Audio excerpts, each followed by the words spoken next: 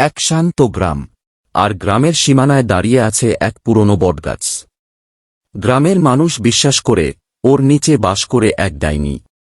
রাতের বেলা কেউ ওই রাস্তা দিয়ে গেলে সে আর ফেরে না। শোনো, কাল রাতের পর হরিধর বাড়ি ফেরেনি, শুধু তার টর্চটা গাছের তলায় পাওয়া গেছে। আমি বলেছিলাম না, সন্ধ্যার পর ওই রাস্তায় যাওয়া মানে নিজের মৃত্যুকে ডেকে আনা। সেই রাতে গ্রামে ফিরছিল রবি। শর্টকাট ধরল আর গাছের রাস্তায় এসে পড়ল।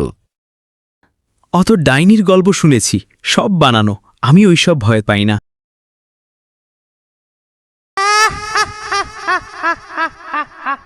ফিরে যা, ফিরে যা, নয়তো প্রাণ হারাবি।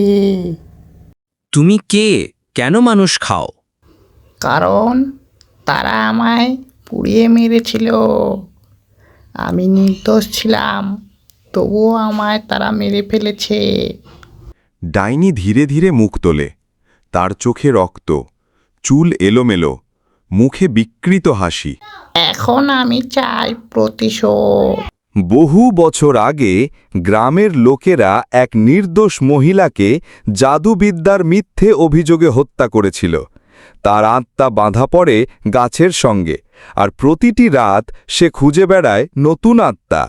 না না, আমাকে ছেড়ে দাও, ছেড়ে দাও আমাকে। ডাইনি ধীরে ধীরে এগিয়ে আসে, আর হঠাৎ সব অন্ধকার হয়ে যায়। পরদিন সকালে গ্রামের লোকেরা দেখতে পেল বটগাছের নিচে রক্তের দাগ। রবি আর গ্রামে ফিরল না।